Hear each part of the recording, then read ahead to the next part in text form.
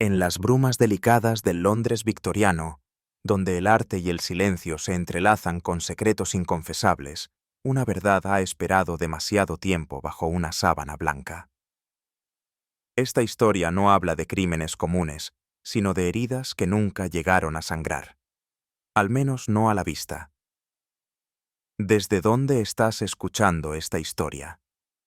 ¿Qué hora es allá donde estás ahora? Déjamelo saber en los comentarios. Afina el oído, ajusta la respiración, porque hay ecos que aún resuenan cuando todo parece en calma. El misterio comienza en el silencio. Aquella tarde, la bruma londinense colgaba pesada sobre Baker Street, como un velo que disuade incluso a los transeúntes más decididos. Holmes no había pronunciado una palabra en más de una hora, enfrascado como estaba en la observación minuciosa de una ceniza de cigarro que alguien, según él, había pisado de forma reveladora en la acera. Yo hojeaba un número atrasado de The Lancet, sin encontrar en sus páginas el más mínimo consuelo para la creciente inquietud que me embargaba. Fue entonces cuando la campanilla de la puerta sonó con una firmeza poco habitual, y la señora Hudson apareció, anunciando con tono bajo: «Una dama desea verle, señor Holmes». Viene sola. Holmes alzó una ceja sin despegar la vista del alfiler que tenía entre los dedos. «Hazla pasar, si eres tan amable». No era la primera vez que la niebla traía consigo un misterio, pero pronto comprendimos que, bajo su velo, llegaba algo más. Un secreto que aún no tenía forma, pero cuya sombra ya se sentía en la estancia.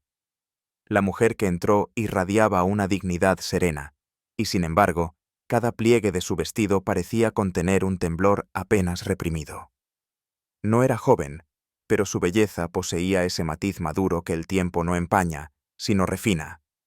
Se presentó como Lady Millicent Wetherell, viuda del difunto coronel Arthur Wetherell, condecorado en la campaña de Birmania.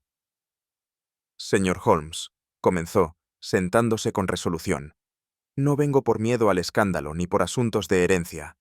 Vengo porque he recibido algo que no puede existir». Su voz no era trémula, pero tampoco firme. Oscilaba como una vela que lucha contra una corriente invisible. Holmes, que la observaba con esa mirada suya que atraviesa lo visible, hizo un leve gesto con la mano, invitándola a continuar. Yo, por mi parte, sentí un leve estremecimiento. Aquel rostro tenía algo contenido, como si cada palabra debiera ser cuidadosamente medida para no derramar un pasado demasiado pesado. «Hace 2 semanas», dijo Lady Millicent, extrayendo un sobre de su bolso, «recibí este mensaje junto con un paquete». El remitente era un tal Ambrose Carville, pintor. No le conozco. El sobre contenía una breve nota escrita con trazo firme pero sin florituras. «Para la señora de la casa, con respeto y memoria». El paquete, continuó ella, contenía un cuadro, cuidadosamente envuelto en lino blanco. Creí al principio que se trataba de un error, pero al desenvolverlo, supe que no podía ignorarlo. Holmes no la interrumpió, pero se incorporó levemente en su sillón. «¿Qué representaba ese cuadro, Lady Wetherell?», preguntó con voz baja. Ella dudó un instante. «Una escena que solo yo presencié. Una conversación privada, en mi propia biblioteca, con una persona de mi familia. Nadie más estaba presente. Y sin embargo, cada detalle, cada gesto, está allí plasmado con una precisión casi insoportable». La habitación se volvió más fría de repente, no por la temperatura, sino por la sombra que sus palabras proyectaban. Fue entonces cuando Holmes entrecerró los ojos. «¿Ha intentado contactar al señor Carville?», preguntó con tono más clínico que curioso. «Solo a través de mi abogado», respondió ella. «La dirección del estudio figura en el reverso del lienzo, pero lo más desconcertante es esto. Me informan que el señor Carville es ciego desde la infancia». Durante un instante, ni Holmes ni yo dijimos palabra. Me incliné hacia adelante. ¿Un pintor ciego, dice usted? Lady Millicent asintió. Sí, doctor Watson. Y sin embargo, ha pintado mi biblioteca con la exactitud de quien ha pasado horas en ella. Ha captado incluso la manera en que mi cuñado se lleva el reloj al pecho cuando miente. Una manía que ni los criados conocen. Holmes cruzó las piernas lentamente. Un hombre que nunca ha visto pintó lo que no debía saber. Señora, ¿qué le hace pensar que esto no es una coincidencia artística? La respuesta llegó de inmediato. Porque no es solo un cuadro. Es un testigo. Lady Millicent se volvió hacia mí como si buscara un aliado más humano entre dos hombres de deducción. Mi cuñado, Edwin, y yo conversábamos sobre un asunto íntimo, extremadamente delicado. Fue una discusión breve, sin alzar la voz, sin testigos, sin ventanas abiertas. La biblioteca tiene paredes gruesas y alfombra espesa. Ni siquiera mi doncella podría haber oído una palabra desde el pasillo. Holmes asintió sin emoción. ¿Y el contenido de esa conversación aparece reflejado? No en palabras, dijo ella, pero en expresión, en postura, en la tensión que el cuadro capta, como si hubiese un oído que percibiera emociones. El lienzo muestra a Edwin con la mano sobre el respaldo de la silla, justo antes de decirme aquello que yo misma he intentado olvidar. Su voz se quebró apenas, y noté que Holmes desvió la mirada un instante, como concediéndole intimidad sin moverse de su sitio. Era evidente que lo perturbador del asunto no era únicamente la fidelidad visual del cuadro, sino la exactitud emocional que destilaba. Holmes le pidió el permiso necesario para ver el cuadro.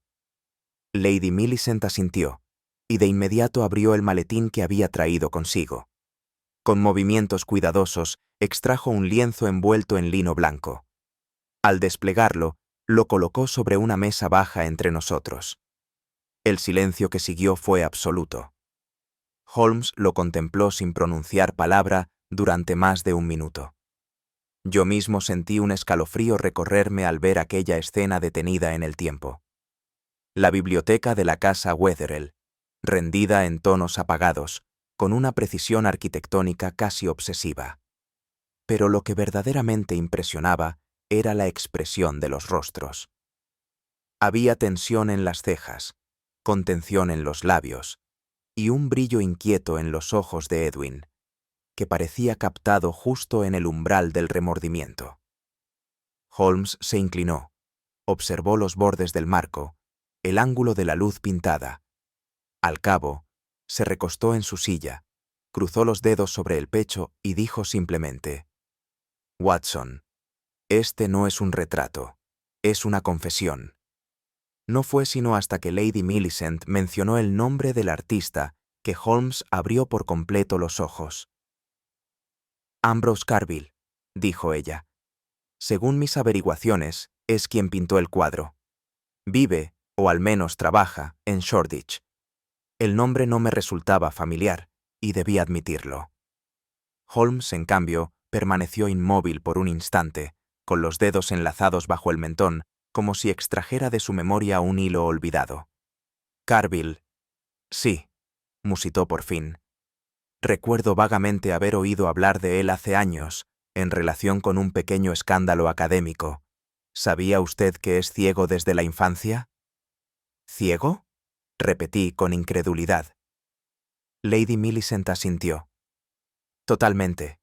Lo perdió antes de los 5 años, y sin embargo, ha pintado con precisión la biblioteca de mi casa, la postura exacta de mi cuñado, la sombra de una lámpara rota que solo yo conozco».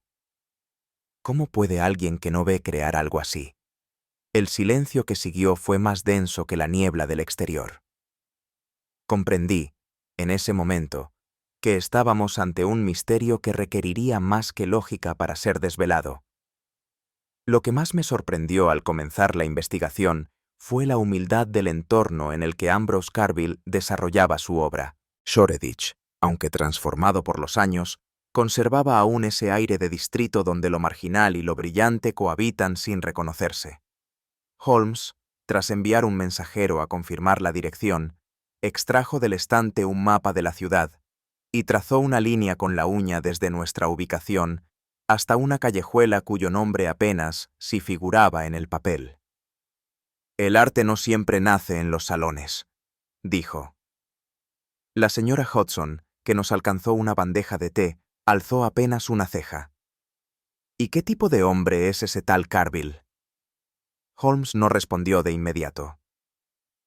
«Un hombre que ha hecho del silencio su lienzo», murmuró al fin, «y que ha aprendido a ver lo que otros no saben que muestran. No era la primera vez que un misterio nos conducía a las fronteras menos visibles de Londres, pero en esta ocasión sentí que el paso siguiente sería, más que geográfico, profundamente moral». Lady Millicent sacó un pañuelo de encaje de su bolso y lo sostuvo entre los dedos, sin utilizarlo. No lloraba, pero el temblor de sus labios revelaba una agitación contenida.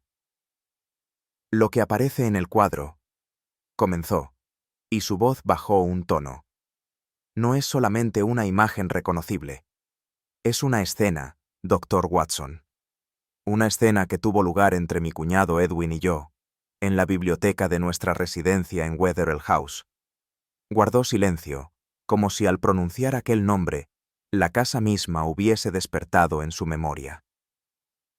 Hablábamos de asuntos familiares, del testamento, de una propiedad en Sussex, pero, sobre todo, de algo que no debía ser discutido jamás: la muerte de Aurelian. Al escuchar ese nombre, noté un cambio apenas perceptible en Holmes, como si una ficha hubiese encajado en su estructura interna de pensamiento. «No hay transcripción de nuestras palabras en el cuadro», continuó, «pero están ahí. La tensión, la culpa en su rostro, incluso el modo en que evitábamos mirarnos a los ojos. Está todo. Como si alguien hubiese estado escondido entre los libros, respirando nuestro miedo». La afirmación que vino a continuación no fue un intento de convencernos, sino una necesidad de reafirmarlo ante sí misma. «No había nadie más», dijo, con firmeza. «La conversación tuvo lugar a última hora de la tarde. Yo cerré personalmente la puerta, eché las cortinas. Edwin insistió en que no quería interrupciones. Ningún criado entró. El personal de servicio se encontraba cenando en la planta baja. Holmes asintió lentamente, sin dejar de mirarla. «¿Y usted, Lady Millicent, ha compartido alguna vez con alguien lo que allí se dijo?» «No, ni siquiera con el sacerdote. Esa conversación fue el final de muchas cosas, también de nuestra confianza mutua». Noté que evitaba emplear adjetivos emocionales, como si temiera que, al nombrarlos, se hicieran más reales. Y, sin embargo, su manera de sostener la mirada de Holmes tenía algo de desafío, como si le dijera: «Si usted logra explicar esto, entonces yo podré dormir en paz». Holmes no respondió aún, pero su silencio era el del cazador que ha captado la dirección del viento. Fue solo cuando la señora se incorporó brevemente para ajustar la caída de su abrigo que Holmes hizo una ligera señal con el índice. Yo entendí la intención. Observar sus manos. Eran elegantes, pero tensas. El anular derecho temblaba apenas, de manera constante, y los dedos se cerraban de forma casi imperceptible sobre el pañuelo que no soltaba. Holmes no la interrumpió, pero su mirada descendió luego a la costura del guante izquierdo, que presentaba una ligera rotura, probablemente fruto de haberlo quitado con brusquedad en repetidas ocasiones. «¿Le resulta angustioso hablar de ese cuadro?», preguntó, sin levantar la voz. «Más de lo que creí posible», respondió ella, «pero no por lo que muestra, sino por lo que implica. Si ese hombre ha pintado aquello que yo creía enterrado, entonces hay alguien más que ha oído, alguien que estuvo ahí, y eso significa que no estoy sola en mi culpa. No fue una confesión, pero se le parecía, y si algo me enseñaron mis años con Holmes, es que la verdad rara vez llega desnuda, casi siempre se disfraza de miedo». Holmes se inclinó levemente hacia adelante, como tanteando la densidad del aire entre la señora y el cuadro. ¿Ha recibido usted amenazas directas, cartas anónimas, insinuaciones sociales? ¿Algo que le haga pensar que está siendo vigilada? Ella negó con la cabeza, pero lo hizo con la lentitud de quien no está del todo segura de su respuesta. No, no en ese sentido, pero desde la llegada del cuadro, he sentido la necesidad de cerrar las ventanas incluso en días calurosos. No he salido sola, evito hablar por teléfono, me invade la impresión de que cada palabra, cada movimiento, puede ser reproducido sin que yo lo sepa. Holmes murmuró. El poder de una imagen puede superar al de una amenaza escrita, especialmente cuando el retrato es del alma. Ella le sostuvo la mirada. Si esto es un chantaje, es uno muy peculiar. No me piden nada, no hay exigencias, solo esa presencia contenida en un marco, como si alguien me dijera, yo sé, y nada más. Por un instante, el silencio pareció asentir. Holmes se recostó en su sillón con gesto contenido. Sus ojos, que hasta entonces habían permanecido fijos en la dama, se deslizaron ahora hacia mí.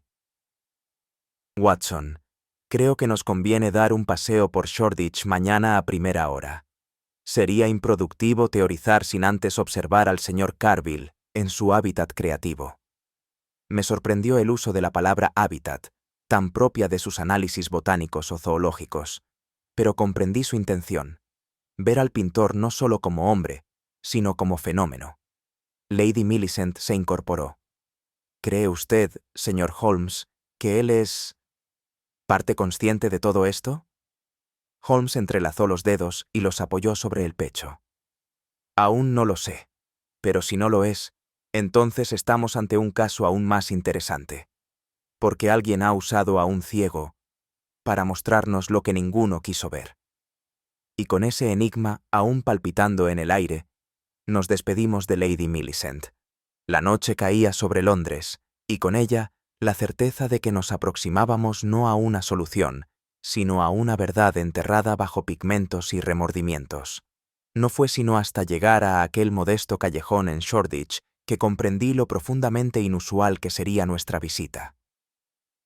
El edificio donde Ambrose Carville tenía su estudio era una construcción baja, sin placas ni anuncios, como si deseara que el mundo olvidara su existencia. Al cruzar el umbral, nos envolvió de inmediato un olor penetrante a aceite de linaza, polvo seco y trementina añeja. La estancia estaba sumida en una penumbra persistente, apenas vencida por la luz artificial de dos lámparas de gas cuidadosamente dirigidas hacia los caballetes. Lo que más me sorprendió no fue la ausencia de ventanas, sino la disposición obsesivamente ordenada de cada objeto. Pinceles dispuestos por tamaño, pigmentos rotulados en latín, lienzos cubiertos con telas grises. Holmes se detuvo al centro, sin tocar nada. Yo, por mi parte, no podía dejar de notar la cualidad extraña del aire. Era como si aquel lugar, carente de vistas, estuviera construido no para ver, sino para recordar con intensidad. Y en ese silencio denso, comprendí que allí se había pintado algo más que imágenes. Ambrose Carville nos recibió sin ceremonia. Era un hombre de edad imprecisa. Podía tener 40 o 60 años, con el rostro tranquilo de quien ya no espera sorpresas. Su ceguera no era evidente al primer vistazo, mantenía la cabeza erguida, la voz firme, los gestos serenos. Señores, dijo, con tono mesurado, no esperaba visitas, pero siempre son bienvenidas las voces nuevas.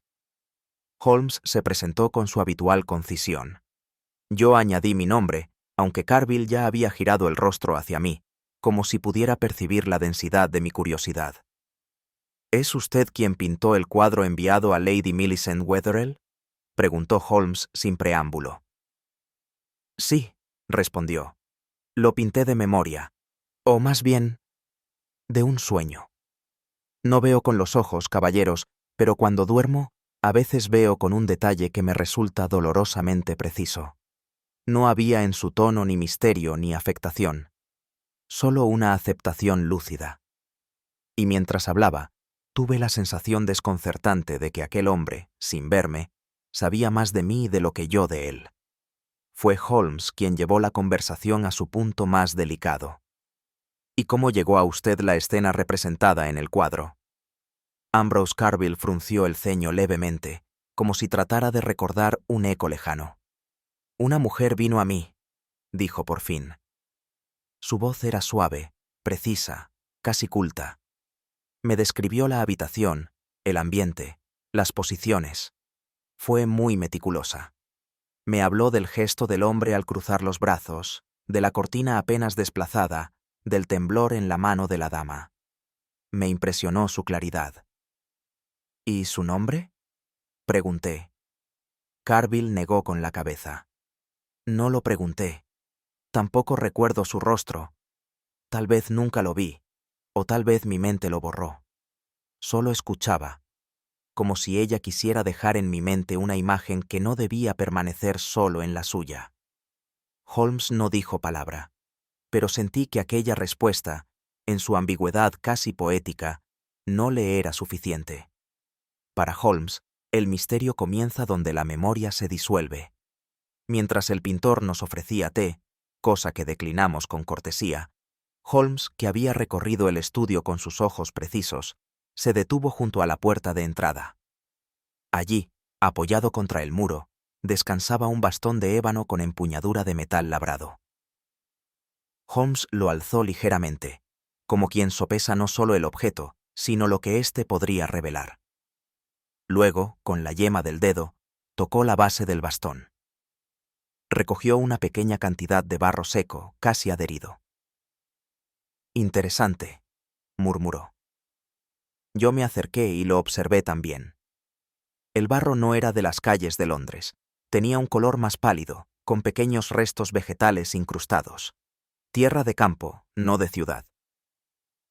¿Es suyo este bastón, señor Carville? No, señor Holmes. Alguien debió dejarlo. No lo había notado. Holmes no respondió. Pero en el silencio que siguió, comprendí que aquello no era una simple distracción. Era una pieza más, olvidada por alguien que no esperaba ser recordado. Poco después, mientras Carville hablaba de sus métodos para mezclar colores a partir del tacto, Holmes se detuvo frente a la pequeña chimenea del estudio. Observé que retiraba con su bastón una ligera acumulación de cenizas recientes. Entre ellas se asomaban fragmentos de papel parcialmente quemados. Holmes los recogió con delicadeza, y uno de ellos aún conservaba parte de una línea en tinta negra, apenas legible. No puede saberse jamás que existió. Holmes lo extendió sobre una tabla cercana.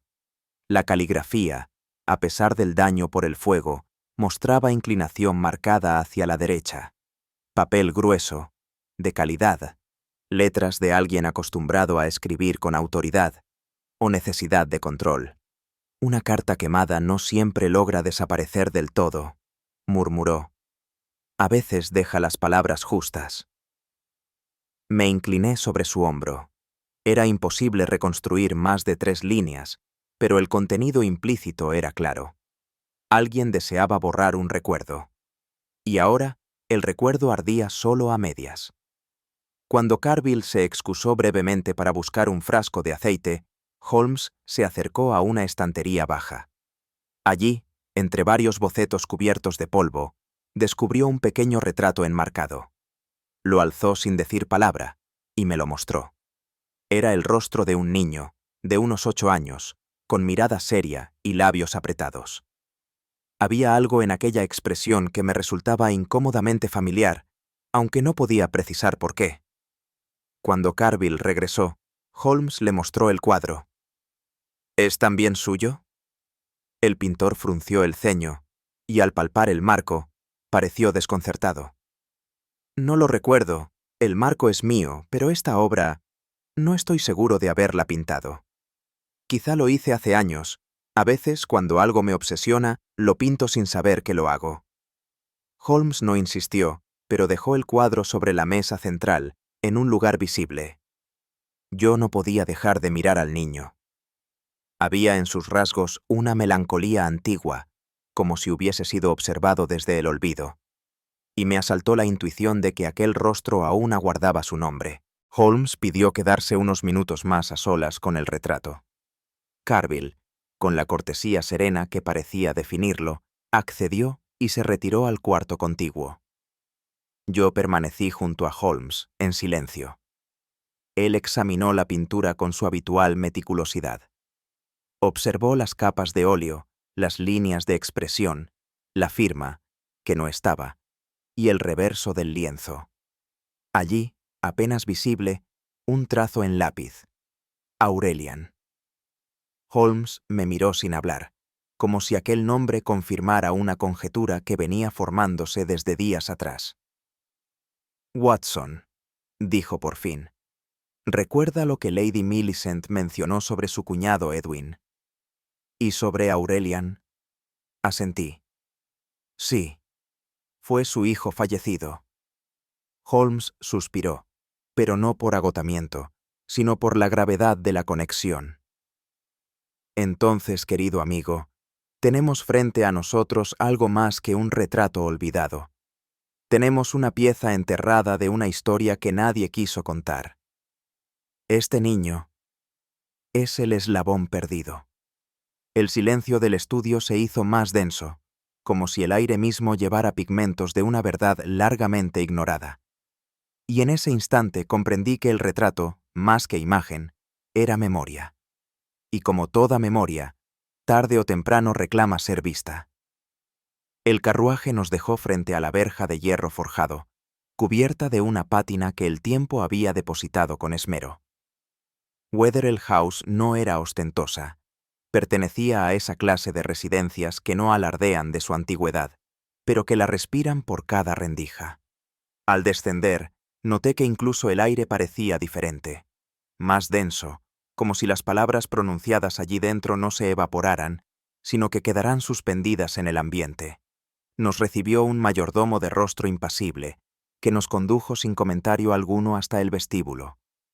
El silencio de la casa no era simple ausencia de ruido, era la presencia de lo no dicho. Alfombras gruesas amortiguaban nuestros pasos, y los retratos familiares observaban sin mirar. Holmes no hablaba, pero su mirada recorría techos, zócalos, rincones. Yo sentía que habíamos entrado no solo en una casa, sino en una historia detenida, como si el duelo hubiese sellado las habitaciones, dejando al tiempo fuera, impotente. Y supe, con una certeza que no requería deducción, que en Wetherell House nadie respiraba del todo. Fue en el salón secundario, cubierto de cortinas pesadas y tapices que olían a una mezcla de lavanda y polvo antiguo, donde Lady Millicent nos informó con tono neutro. Mi cuñado Edwin ya no reside aquí. Fue internado en un sanatorio hace 6 semanas. Diagnóstico médico. Agotamiento mental. Holmes asintió como si esa información ya hubiese sido prevista. ¿Voluntario? Ella dudó apenas un segundo. Técnicamente, sí. Pero tras la muerte de su hijo, su estado fue volviéndose errático. Rehuía a los criados, apenas comía, hablaba con objetos del jardín. Y luego estaban los susurros nocturnos. ¿Susurros?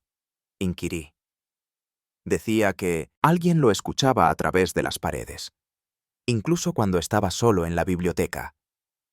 Holmes entrecerró los ojos, pero no comentó nada.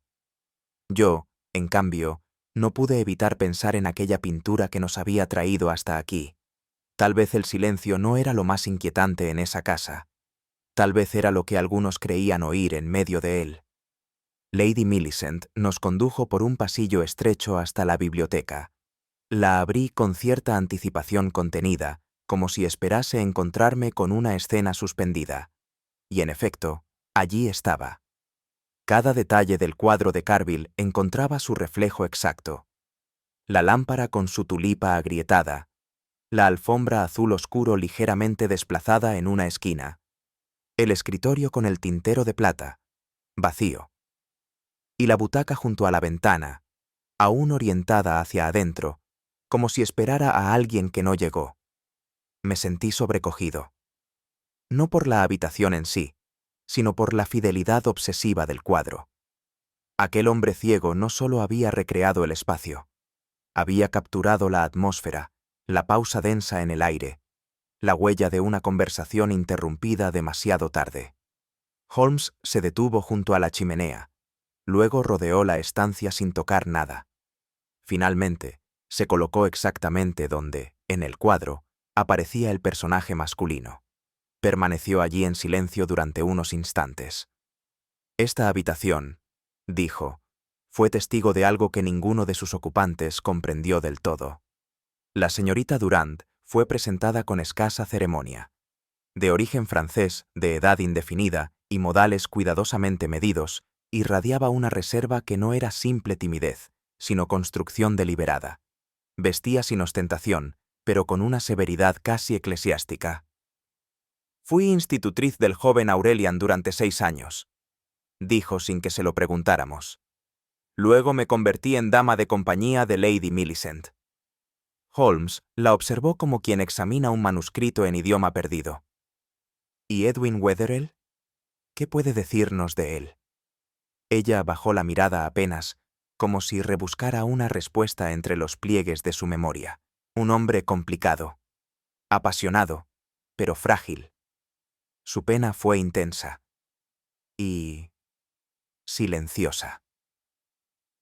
¿Sospechaba usted que alguien podía escuchar las conversaciones en esta casa?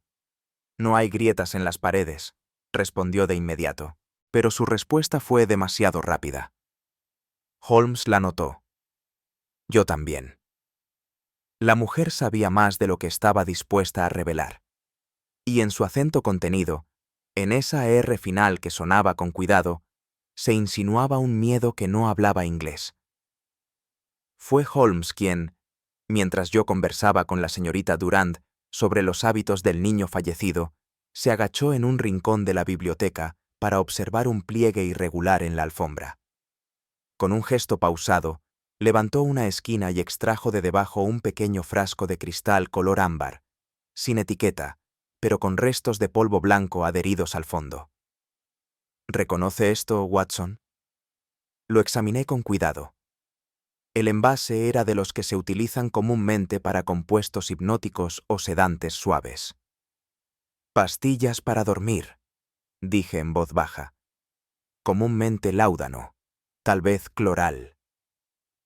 Vacío. Holmes asintió, pero no lo devolvió al sitio. Lo dejó sobre la repisa del hogar, donde brilló como una confesión involuntaria. Un objeto olvidado es una decisión inconsciente, comentó. Y a veces, lo que se olvida revela más que lo que se oculta con cuidado. La señorita Durand, al volver a entrar, miró fugazmente el frasco. Fue apenas un segundo. Pero en sus ojos vi algo que me inquietó más que 1000 palabras: reconocimiento. Fue al acercarse a la ventana que da al ala este de la casa cuando Holmes se detuvo, con el ceño levemente fruncido. Abrió el ventanal con lentitud. El marco crujió, y un leve olor a tierra húmeda se coló en la habitación. «Alguien abrió esto recientemente», dijo. «Mire el pestillo. El óxido ha sido desplazado». Asomándose, señaló hacia abajo. «Y ahí, Watson. ¿Lo ve?» Me incliné.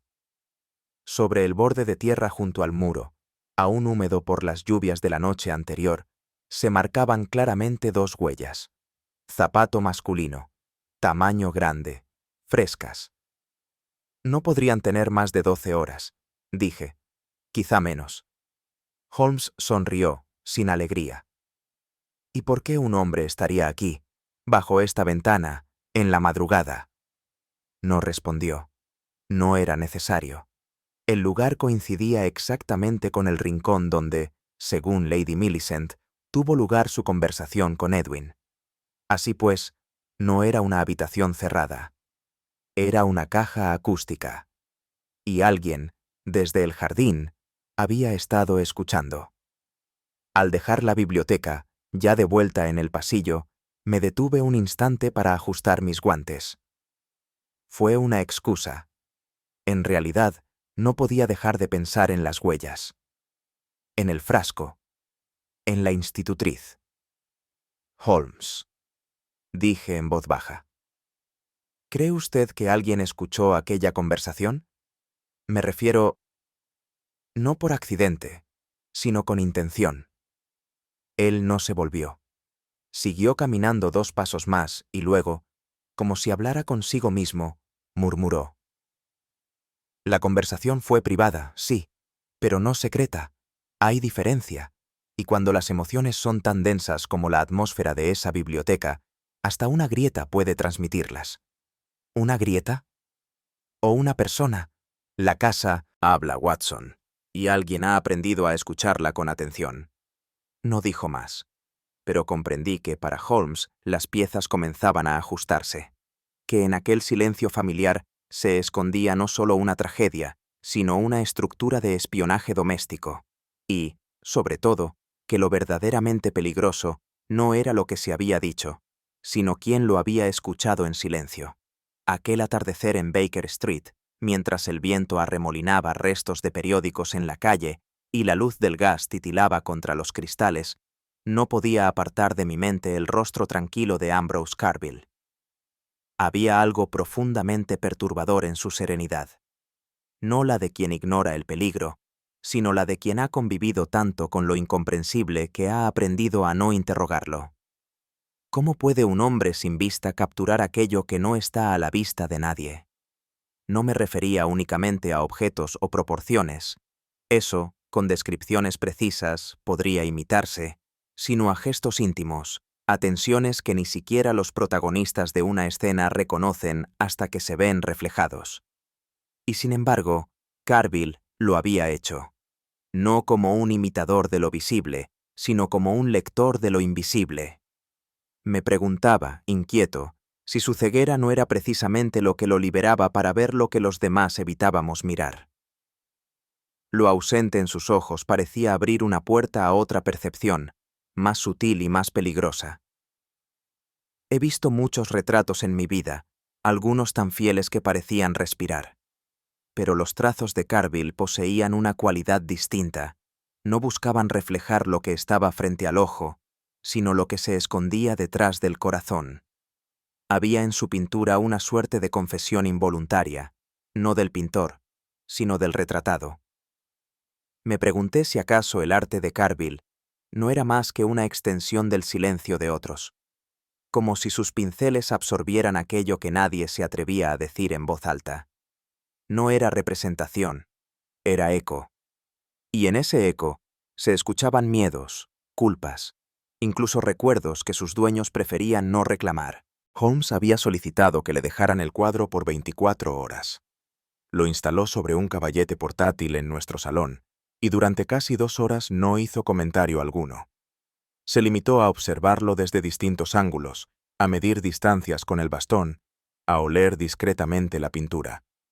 Su rostro era ilegible, pero sus ojos parecían contar tiempos, capas, omisiones.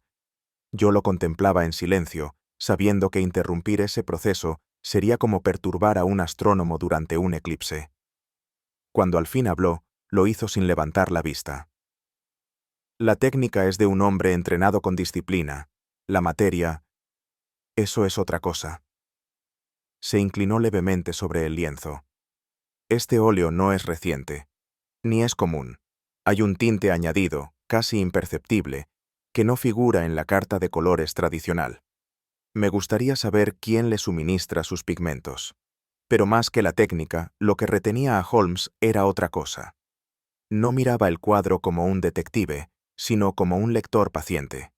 Porque lo que allí estaba pintado, más que visible, era narrado. Y él intentaba, como siempre, comprender la voz que lo contaba. Esa misma tarde, Holmes me informó que pasaría la noche en el estudio de Carville. No dio razones. Tan solo me pidió que me encargara de avisar a la señora Hudson de que no regresaría antes del amanecer y que no lo esperase con la cena. ¿Crees que alguien irá esta noche? Le pregunté, más por intuición que por lógica. No lo creo, dijo, mientras cerraba el maletín. Lo sé. La pintura ya ha sido entregada, pero hay algo que aún no ha sido recogido. No añadió más. Me pareció que no se refería a un objeto, sino a una sensación, como si hubiese algo en el aire del estudio, una intención, una huella, una presencia no del todo material, que aguardaba ser revelado solo en la oscuridad. No insistí.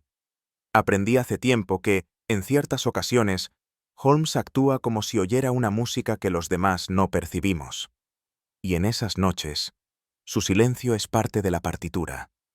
No supe más de Holmes hasta la mañana siguiente, pero más tarde, ya de regreso en Baker Street, me relató, con su habitual sobriedad, lo que ocurrió en la quietud del estudio.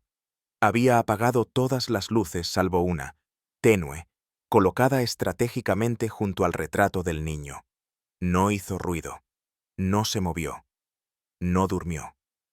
Permaneció sentado en un rincón, apenas respirando, atento a los sonidos del edificio. Poco después de las 2 de la madrugada, oyó un leve crujido en la madera del pasillo, una respiración contenida. Luego, el roce de una mano en la cerradura.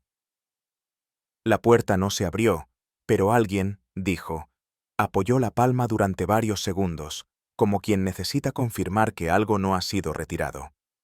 Holmes no se movió, ni siquiera respiró más hondo, porque lo que quería no era enfrentar al intruso, sino comprender su propósito. No venía a robar, me dijo. Venía a asegurarse de que el cuadro aún estaba allí. O quizá a despedirse de él. Sus palabras me dejaron con una inquietud sorda. ¿Qué clase de secreto necesita una última mirada en la oscuridad? Fue Holmes quien lo notó mientras examinaba por tercera vez el reverso del retrato infantil hallado en el estudio de Carville. Se detuvo, afiló la mirada y tomó una pequeña lupa del bolsillo interior de su chaqueta. Sin decir palabra, rascó suavemente con la uña una película de barniz viejo en el marco interior. Lo que reveló entonces fue una palabra apenas trazada a lápiz, desgastada, como si alguien la hubiese escrito con inseguridad y luego hubiese intentado borrarla. Aurelian, leyó en voz baja. Sentí un estremecimiento leve, inexplicable. Ese nombre flotaba en el aire con un peso que no pertenecía a un simple apunte marginal. Holmes permaneció inmóvil durante unos segundos, como si el eco del nombre tuviese que asentarse primero en su memoria antes de adquirir sentido. Watson, dijo al fin. Hay nombres que no aparecen en actas, pero permanecen impresos en las paredes de una casa. Supe, sin que lo explicara, que el rastro se había reactivado, y que el retrato no había sido una coincidencia pictórica, sino una huella emocional escondida bajo polvo y silencio. En los días siguientes, Holmes se sumergió en una serie de búsquedas discretas. No eran las consultas formales a registros públicos, sino aquellas gestiones sutiles que hacía con la misma destreza con la que un organista elige los registros de un armonio olvidado. Visitó archivos parroquiales, se entrevistó con un viejo jardinero retirado de Wetherell House y, en un gesto poco frecuente, pidió ayuda al bibliotecario del Athenaeum. Yo lo observaba con atención, aunque sin intervenir. Sabía que su mente trabajaba en una línea que aún no deseaba compartir. Solo una vez, al notar mi inquietud, murmuró: un nombre escrito con lápiz tiembla. Pero cuando ese nombre coincide con un rostro que nunca debió existir, deja de ser un accidente y se convierte en señal. No volví a preguntarle nada. El silencio entre nosotros se había convertido en un espacio de espera inteligente. Lo que Holmes buscaba no era un dato, era una omisión registrada, una ausencia cuidadosamente mantenida, y Aurelian, comprendí, no era solo un niño, era una verdad negada. La confirmación llegó en forma de una frase seca y sin adornos. Aurelian Wetherell, nacido fuera de matrimonio, madre desconocida, fallecido a los 8 años. Holmes pronunció aquellas palabras mientras sostenía un cuaderno escolar descolorido, hallado entre los papeles antiguos de la señorita Durand, que había sido almacenado por orden de Lady Millicent tras la reorganización de los espacios domésticos. En la contraportada, en una caligrafía infantil, podía leerse Aurelian D. La inicial corresponde a Durand, comentó Holmes. Pero el niño, si mis cálculos son correctos, no fue registrado bajo ese apellido por simple azar. Fue criado como huérfano, dentro de su propia casa, sin derecho a ser llamado por el apellido del padre. ¿Edwin?, pregunté. Holmes asintió sin mirar. Fue su hijo, pero no su heredero. Un hijo oculto a la familia, a la ley y, lo que es más grave, a la memoria colectiva. Sentí un malestar creciente, no por el escándalo, sino por la arquitectura moral de aquel olvido deliberado. Porque no hay mayor violencia que negar la existencia de un ser por conveniencia social. Los documentos médicos eran breves. Aurelian había muerto de fiebre reumática, según el certificado expedido por un médico rural de reputación escasa. Sin embargo, el informe no mencionaba síntomas clave. No había constancia de inflamación articular ni de los accesos febriles prolongados que suelen acompañar el padecimiento. Holmes, tras leer el parte, dejó escapar un leve suspiro. Luego sacó un volumen de farmacología del estante y me lo tendió abierto. Léelo, Watson. Síntomas de intoxicación por láudano, somnolencia profunda, descenso gradual de la temperatura, lentitud del pulso, respiración superficial. Alcé la vista. Coincide. Pero, ¿con qué fin? Holmes cerró el libro con cuidado. A veces, Watson, la muerte no es provocada por odio, sino por agotamiento moral. Un niño ilegítimo, una casa marcada por la culpa, una mujer a cargo que no sabe si actúa por compasión o desesperación. ¿Cree que fue la señorita Durand? Holmes no respondió, pero en su silencio había más peso que en cualquier afirmación. Sabía que la fiebre era real, pero sospechaba que no fue la fiebre la que terminó con la vida del niño. En la penumbra de nuestro salón, observé una vez más el retrato de Aurelian. No tenía firma, ni fecha, ni marco elaborado. Y sin embargo, parecía más completo que cualquier otro que hubiese visto. Su rostro no estaba idealizado ni embellecido, tampoco mostraba enfermedad. Era simplemente un niño que existió. Eso bastaba para perturbar. Me pregunté qué clase de sueño podía guiar la mano de un hombre ciego hasta plasmar una presencia que la historia oficial negaba. Y pensé en Lady Millicent, en Edwin, en la institutriz. Cada uno aferrado a su versión del pasado, como náufragos con memorias selectivas. Ese cuadro, pintado en lo profundo del silencio, desmentía a todos. No necesitaba palabras. Era el testimonio involuntario de una vida que había sido borrada con cuidado. Pero la memoria, como la humedad, siempre encuentra una grieta por donde filtrarse. Y en esa grieta, Ambrose Carville había pintado a Aurelian. La llegada del inspector Lestrade trajo consigo una brisa de eficiencia burocrática que contrastaba con la densidad emocional del caso. Traía consigo una carpeta de cuero y la costumbre de reducir complejidades a infracciones. Entonces, ¿tenemos homicidio o no?, preguntó tras escuchar nuestro informe. Holmes le ofreció té antes de responder, un gesto que en él era tan inusual como el silencio. Inspector, si busca un cadáver, ya lo tiene. Si busca un móvil, le ofrezco uno envuelto en remordimientos. Pero no espere una confesión tradicional. Lo que ha ocurrido aquí pertenece más al alma que al código penal. Lestrade frunció el ceño. No se puede arrestar a nadie por negligencia moral, señor Holmes. Ni se puede revivir a un niño con una orden judicial, replicó Holmes, sin elevar la voz. Fue entonces cuando comprendí que la intervención policial no traería resolución. porque lo que se había perdido no podía medirse en términos legales, y lo que se había revelado difícilmente podría ser juzgado sin conciencia. Fuimos a ver a Carville por última vez.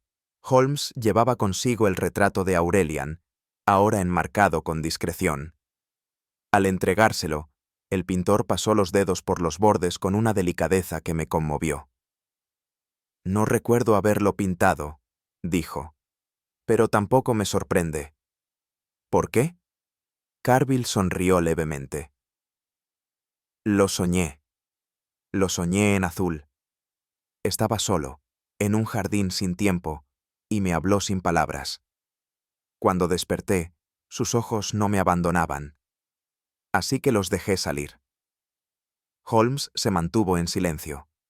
Yo, en cambio, sentí un nudo en la garganta. ¿Sabe usted quién era? No. Y tal vez por eso pude pintarlo con verdad. En ese instante comprendí que el cuadro no era un acto de arte, sino de justicia involuntaria.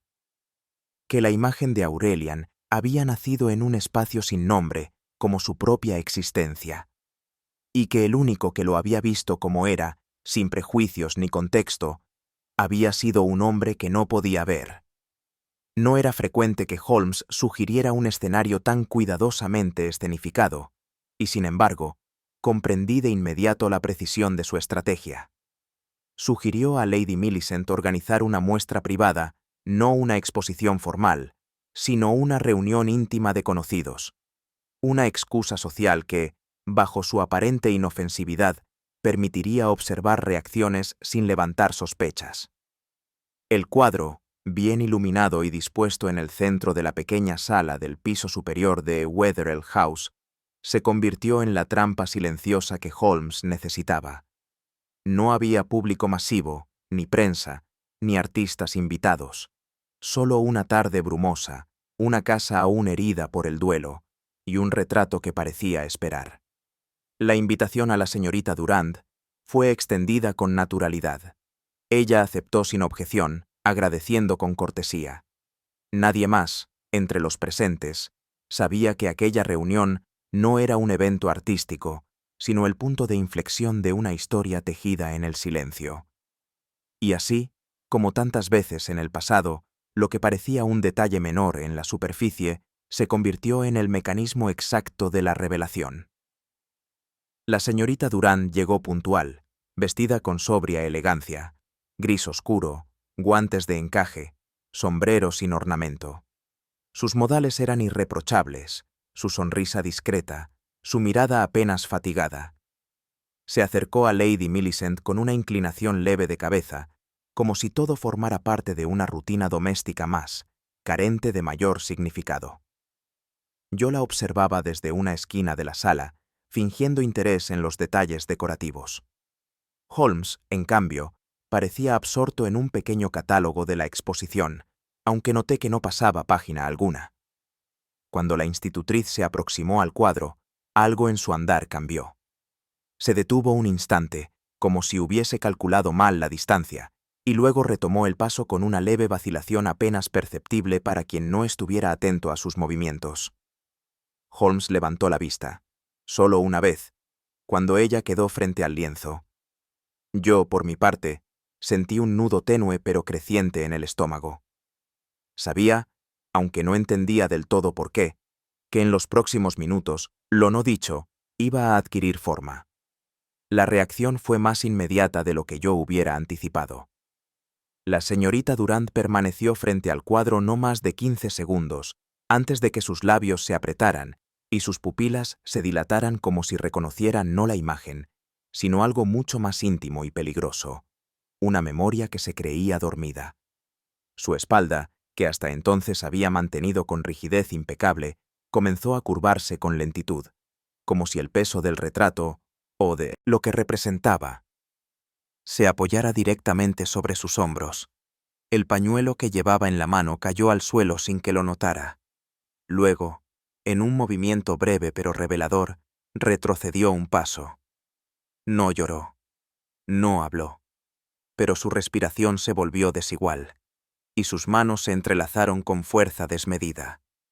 Holmes Observó todo aquello sin pronunciar palabra. Solo entonces, con una leve inclinación de cabeza, se acercó y le ofreció el pañuelo. «Señorita Durand», dijo con tono casi cortés, «¿le gustaría sentarse un momento en la sala contigua?»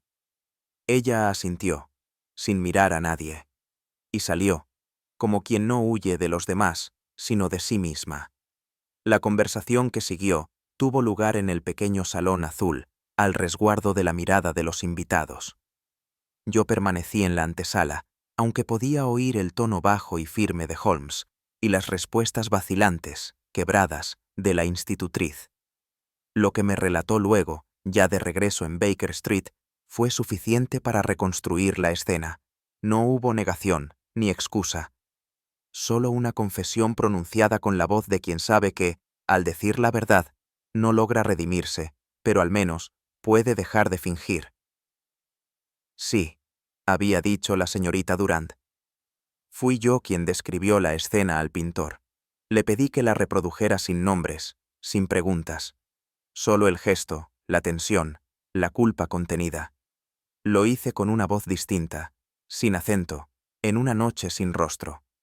Él creyó que era una clienta más. ¿Con qué intención?, había preguntado Holmes.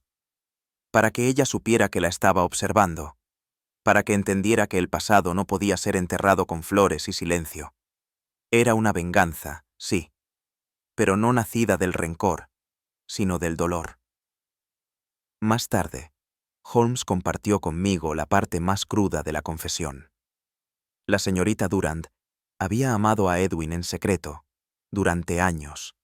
Nunca fue reconocida, ni esperó serlo. Pero tras la muerte de Aurelian, su hijo, aunque no legalmente, algo se quebró en ella. Lo crié desde su nacimiento, dijo. Fui su madre en todo, excepto en el derecho, y cuando murió me lo arrebataron también en el recuerdo. Nadie volvió a pronunciar su nombre. Edwin se marchitó en su pena. Millicent lo rodeó de silencio, de razón práctica, de esa contención que ella llama virtud. El amor que no se dice se transforma. En su caso, se convirtió en una forma de duelo prolongado, distorsionado. No culpaba a Millicent por la muerte, no con claridad, pero sí por haber contribuido a la desaparición simbólica del niño y al derrumbe posterior de Edwin.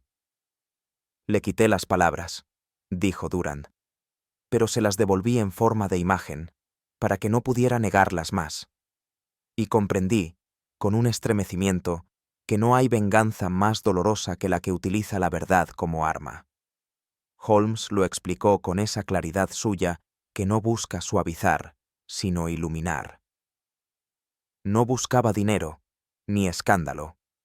Buscaba una forma de devolver el dolor en el mismo lenguaje en que lo recibió, sin testigos, sin gritos, sin pruebas, solo con una presencia insinuada.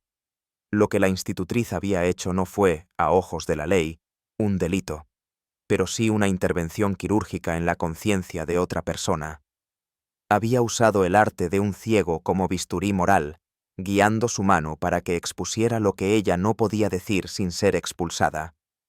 Creí que al verla temblar, había dicho, me sentiría mejor, que al devolverle algo de lo que ella me arrebató, recobraría el equilibrio. Pero no fue así. En su rostro no había alivio, sino agotamiento. Había entendido, quizá demasiado tarde, que la venganza no alivia el duelo, solo lo replica en otro. Holmes no la juzgó, ni la absolvió. Su mirada fue simplemente la de quien observa a alguien que ha cruzado un umbral y que ya no pertenece ni al antes ni al después. Ambrose Carville nunca supo la verdad completa. Holmes no se la reveló, y yo entendí por qué. Decidimos devolverle el retrato, sin comentario alguno. Él lo aceptó con una expresión ausente, casi reverente. Nunca pregunté, dijo, no porque no quisiera saber, sino porque comprendí, desde el principio, que aquello que pintaba no era mío, solo me fue dado. Se llevó el cuadro a su rincón del estudio y lo cubrió con un paño claro, como si al hacerlo lo devolviera al lugar desde el que había venido, un espacio entre el recuerdo y el sueño. Holmes y yo caminamos de regreso bajo una llovizna fina. No hablábamos. Ambos sabíamos que aquel caso no dejaría una sensación de triunfo. No había culpables claros, ni víctimas limpias. Solo personas heridas, que habían elegido formas distintas de soportar lo insoportable. No todos los crímenes requieren castigo, dijo Holmes, al fin. Algunos solo exigen ser reconocidos. Y pensé que quizá eso era lo más difícil de todo, mirar a la herida sin querer cerrarla, simplemente aceptando que existe, y que a veces, como un retrato en una sala vacía, solo pide que alguien la vea. Nunca había visto a Holmes tan reservado ante una resolución. No por ausencia de deducción, que fue, como siempre, impecable, sino por la extraña naturaleza de lo que había desvelado. No hay crimen, dijo aquella tarde, mirando el retrato con la cabeza ligeramente inclinada. Pero sí culpa. Sus palabras resonaron como un eco lento en la estancia. ¿Cómo definir la justicia cuando no hay delito tipificado, cuando la ley se muestra ciega y muda ante el dolor verdadero? Recordé entonces el rostro de la señorita Durán, roto por la confesión, la expresión desarmada de Carville, al comprender su rol, y, sobre todo, la sombra que pendía sobre Lady Millicent, cuya victoria social no lograba disipar la mancha silenciosa que cubría la historia de Aurelian. Holmes encendió su pipa sin mirar a nadie. Su silencio era una sentencia más severa que cualquier veredicto, y comprendí, quizá por primera vez, que la justicia moral pesa más en la balanza de Holmes que el formalismo jurídico. Era un caso sin delito, sí, pero el alma, la suya y la mía, lo sentía como un crimen completo. A lo largo de nuestras investigaciones, me había acostumbrado a que los objetos hablaran a Holmes, una huella, una ceniza, un trozo de tela, pero esta vez lo que habló fue un cuadro. El retrato del niño, inicialmente una pieza inocente, se había convertido en una grieta sobre la superficie de una historia cuidadosamente barnizada por el silencio. No es arte imaginativo, Watson, dijo Holmes. Es memoria inconsciente. Ambrose Carville no pintó a un niño. Pintó a un fantasma que llevaba años empujando desde las sombras. No tenía forma jurídica, ni testigos, ni acta de nacimiento. Pero ahí estaba. Y, a su modo, reclamaba ser visto. Los colores no eran pigmentos, sino recuerdos filtrados. Cada trazo ocultaba una confesión que ni siquiera su autora original, la institutriz, se atrevió a verbalizar con tanta crudeza. La familia quiso enterrarlo en el olvido. Pero el pincel, como un médium sordo, desenterró lo que nadie se atrevía a pronunciar. Durante años, muchos miraron hacia otro lado. No con malicia, sino con esa forma sutil de cobardía social que prefiere la armonía aparente al escándalo verdadero. Me vi obligado a preguntarme, ¿cuántos sabían? ¿Cuántos sospechaban la existencia del niño, su enfermedad, su muerte solitaria? Lady Millicent, quizás no del todo ignorante. El personal, probablemente testigo de silencios demasiado largos. Y el propio Edwin, cuyo deterioro mental podría no haber sido locura, sino culpa sin cauce. Ese niño, Aurelian, no fue solo olvidado, fue borrado. Y en ese acto de omisión se tejió una complicidad difusa, repartida entre todos los que callaron. Holmes no dijo nada al respecto. Pero yo, como médico y como hombre, sentí la punzada de esa otra clase de crimen, el del consentimiento pasivo. A veces no se necesita actuar para ser responsable. Basta con callar. Y en aquella casa, en aquel pasado, el silencio fue más letal que cualquier veneno. Cuando Holmes le explicó a Carville toda la secuencia, cómo la señorita Durand había descrito al niño con la clara intención de revivir un dolor enterrado, el pintor no reaccionó al instante. Hubo una pausa, casi irreal, antes de que se llevara una mano temblorosa al rostro. No gritó. No se defendió. Solo susurró. Entonces, ¿todo esto fue prestado? No hablaba solo del retrato, sino de su inspiración, de su arte, de la voz interior que creyó suya y resultó ser un eco inducido. Fui un instrumento, murmuró, no un creador. Lo observé luchar con una mezcla de humillación y duelo, como quien descubre que ha sido títere de una emoción ajena.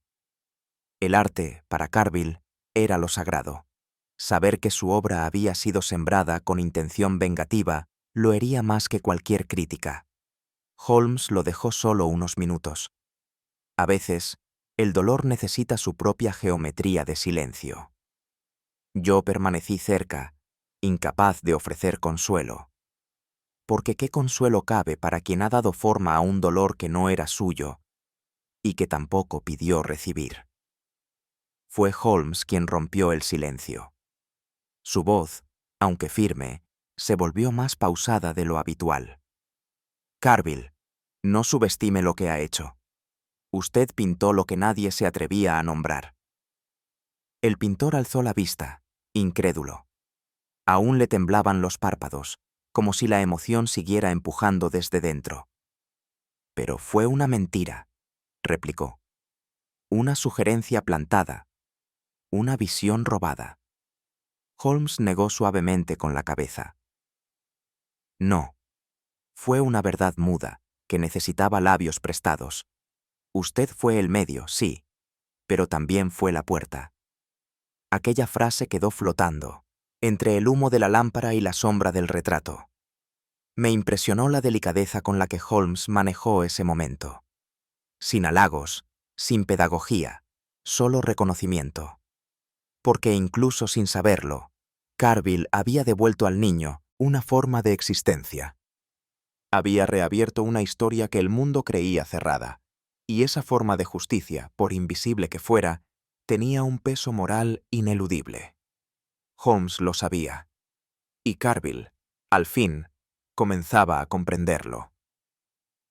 Esa noche, mientras regresábamos en coche a Baker Street, Holmes permaneció en silencio durante largo rato. A través del cristal, las luces de gas parpadeaban como pensamientos indecisos. ¿Cree usted que se ha hecho justicia, Holmes?, me atreví a preguntar. Él no respondió de inmediato. Solo más tarde, ya en su sillón, dijo: La justicia es un animal escurridizo, Watson. No siempre responde al silbato de la ley. Reflexioné sobre ello. En efecto, no había sentencia, ni arrestos, ni titulares. Nadie pagaría con años, ni con dinero, ni con reputación. Pero algo había cambiado. Lady Millicent ya no sería vista de la misma manera. La señorita Durand había confesado lo que llevaba enquistado por años. Carville había aprendido el precio de su arte.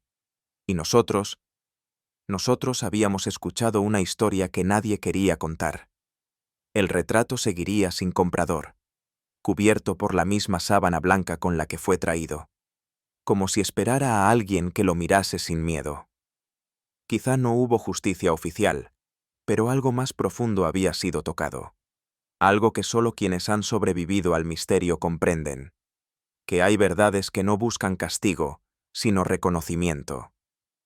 Y esa forma de justicia, íntima, callada, irrefutable, no necesita tribunal alguno para cumplirse. No todos los casos que Holmes abordó exigieron la intervención de Scotland Yard, ni todos los culpables vistieron ropas rayadas tras un veredicto. A veces, el crimen no yacía en la acción, sino en la omisión.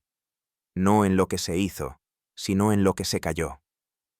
En los días que siguieron a la resolución de aquel enigma que había comenzado con un cuadro silencioso, me encontré reflexionando sobre lo que no se dijo y, sin embargo, se comprendió. Las miradas evitadas, los nombres pronunciados con temor reverencial, los objetos colocados con extremo cuidado, todo hablaba. Era como si la verdad hubiera estado esperando su oportunidad, no en un tribunal ni en la boca de un testigo, sino en la lenta apertura de conciencias atormentadas. Holmes, Con esa serenidad que a menudo confundíamos con frialdad, no celebró su triunfo. Tan solo me dijo, mientras dejábamos la última casa visitada: hay verdades que no necesitan eco. Basta con que existan. Y en ese momento comprendí que lo resuelto no era una trama criminal, sino un duelo profundo, compartido y jamás del todo confesado. Días más tarde, al buscar un volumen sobre filosofía moral en la biblioteca personal de Holmes, noté un lienzo apoyado contra la pared, semioculto entre tratados de lógica y antologías latinas. Lo reconocí de inmediato: el retrato del niño, ese rostro atrapado entre memoria y silencio. ¿Por qué lo conservas?, le pregunté con la suavidad que ciertos objetos imponen. Holmes no alzó la vista del libro que hojeaba, pero respondió con una calma que no requería explicación adicional.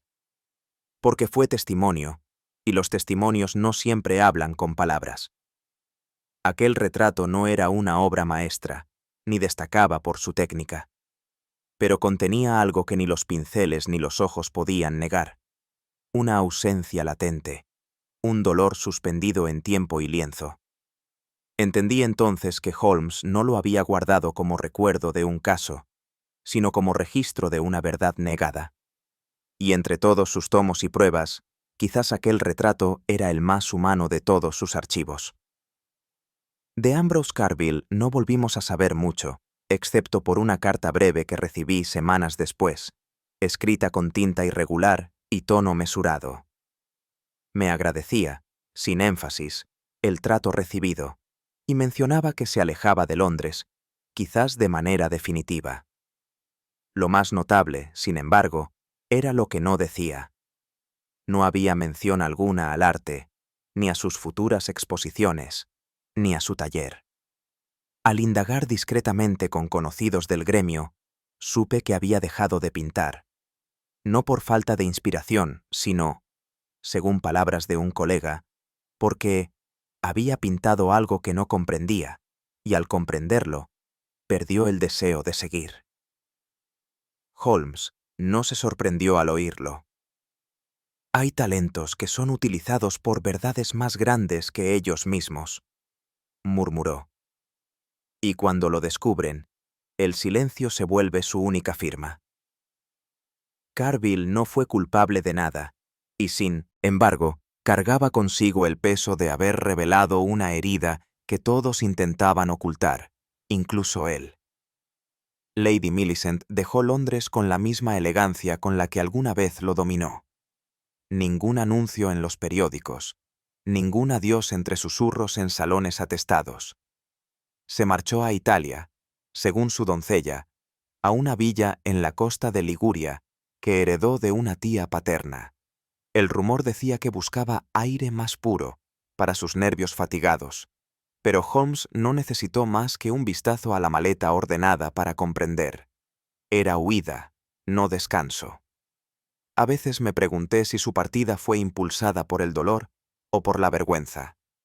Holmes, al saber de su viaje, solo comentó: el duelo es un idioma sin traductores. Cada quien lo habla a su modo. Allí donde las conversaciones cesaban ante su nombre, quedaba flotando el eco de un pasado jamás discutido, pero demasiado evidente.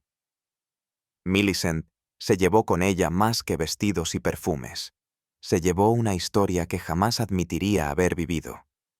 Y tal vez por eso, eligió marcharse donde el idioma no la obligara a explicar su llanto. La tarde que regresábamos de Baker Street tras una visita silenciosa al editor de arte, me atreví a preguntar lo que me rondaba desde hacía días. Holmes, ¿crees que esta vez hemos hecho justicia?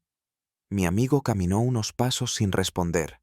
Luego, con su habitual tono de quien enuncia hechos y no opiniones, murmuró: la justicia, Watson, no es siempre cuestión de leyes. A veces, es una forma de luz. Me detuve. Él también lo hizo.